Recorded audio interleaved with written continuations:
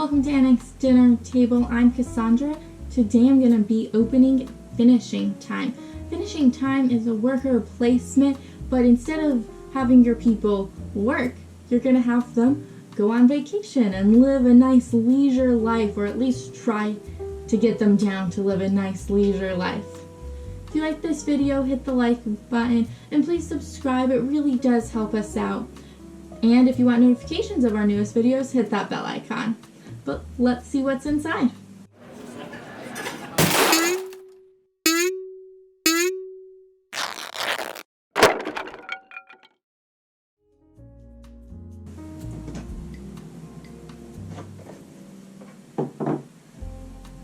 So we've got rules, got some German rules, German solo, English solo, and look at that, English rules. Let's see, we've got 12 pages, idea, icons, so setting up the game, 2 pages, how to play starts on page 6. Seems like there's quite a few examples. Strike. Going back to work. No, never go back. And then end of game on page 12. So it seems like it will be a fairly easy one to get through that rule book and hopefully to understand. We've got a board. Ooh, negative. Negative's never good. And then more. Ooh. Okay, we've got some different boards to make people. It looks like maybe this is like a picket line, and that 4 to 6 and 5 to 6 players. Which one? Does it flip? Oh yeah. And then we've got 2 to 4, 2, 3, and 5. So maybe how many players, which pieces you need. And then another large board. Wow, this is going to have some good table presence with these really oversized pieces. Oh, here is strike. And then bags,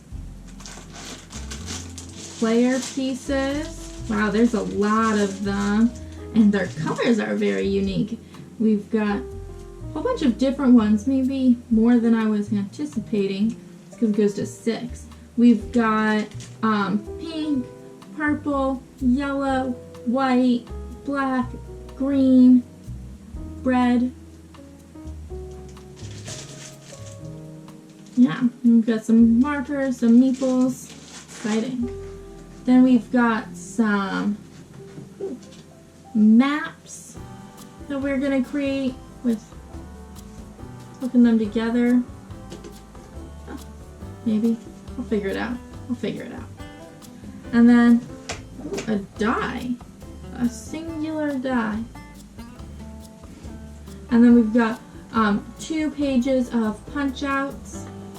Nothing outrageous, and it looks like it's going to be striking things, maybe a first player token, and then some money.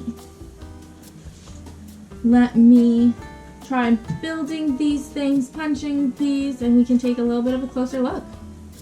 So these are all of the pieces. We have that 1 die. I'm really intrigued. 1, such a sad number.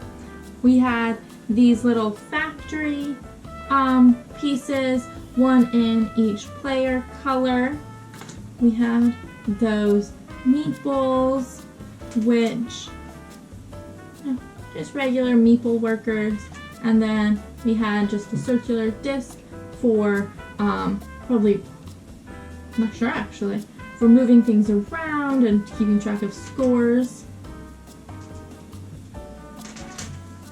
We had this wall, which I think is the strike wall, and there's different numbers on top for player counts versus, and and which one. So in a like 4-player,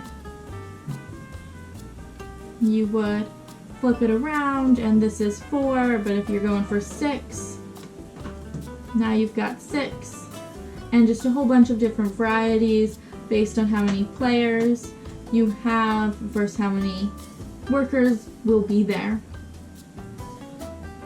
In line with the player thing, we also had these 3 all over the board rest vacation areas, and they also had player counts in the top, so 2 to 6, 2, 3, 5, 5 to 6, and then if you flipped it around, this was a bad piece to flip because that one doesn't have it, this would change it to be more of like maybe a 3-person game. I'm just changing what is visible and available for your workers to be placed there, because now we've opened up more spots, and then this one opens up even more spots if you were playing in a 6-player game. And so whole variety from 2 and all the way up to 6, which is a fun, interesting way to do that instead of having to like add and subtract more pieces. We had some different trackers over here. Looking at trackers, we had this one which looks like it might be a like score tracker where we're 0 up, but there's so many negatives that I'm not sure if that's true. And then this looks like it's gonna be another place for 1 to 3 players with, you know, gold and happiness, gold and sadness, relaxing at home. Then we've got some other things to do with those strikes. And on the backs, there are just buildings, which is kind of cool, as it would be, we've cut the building open, and we're now seeing inside. Nice little touch there. We also had the markers, which I said that they were gold. I still think they are, but they could also possibly be victory points with that little laurel around it. And these came in 1s and 5s. These fists, which I'm thinking have to do with strike, also came in 1s and 5s. And there. And then we had this little gear with a player. This could be a 1st player marker. Could also be for the solo game. With this, we also got this, which I thought was a really cool little touch. This is another place for people to go out, have a good time, and it is the Spiel Digital Convention, which is just really cute. You know, game came out around Spiel, and it has just another opportunity for you to expand the game a little bit. Was all of the pieces. Let's get it back into the box and see how it all fits in there. So this is it going back into the box. As I was separating all of the player colors out, I realized that pink does not actually have a little board, nor does it have any of the discs. So I don't think that those are for like a separate player. So I'm intrigued on what it is for. But I put the circular boards down there, the square ones there, and then these are just gonna fill in on top. The really large boards go right over it. I have the rules, and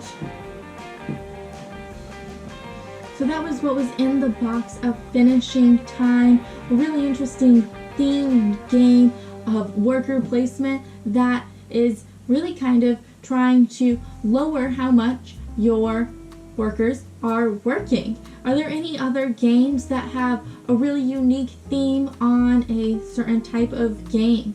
If so, let me know which ones down in the comments.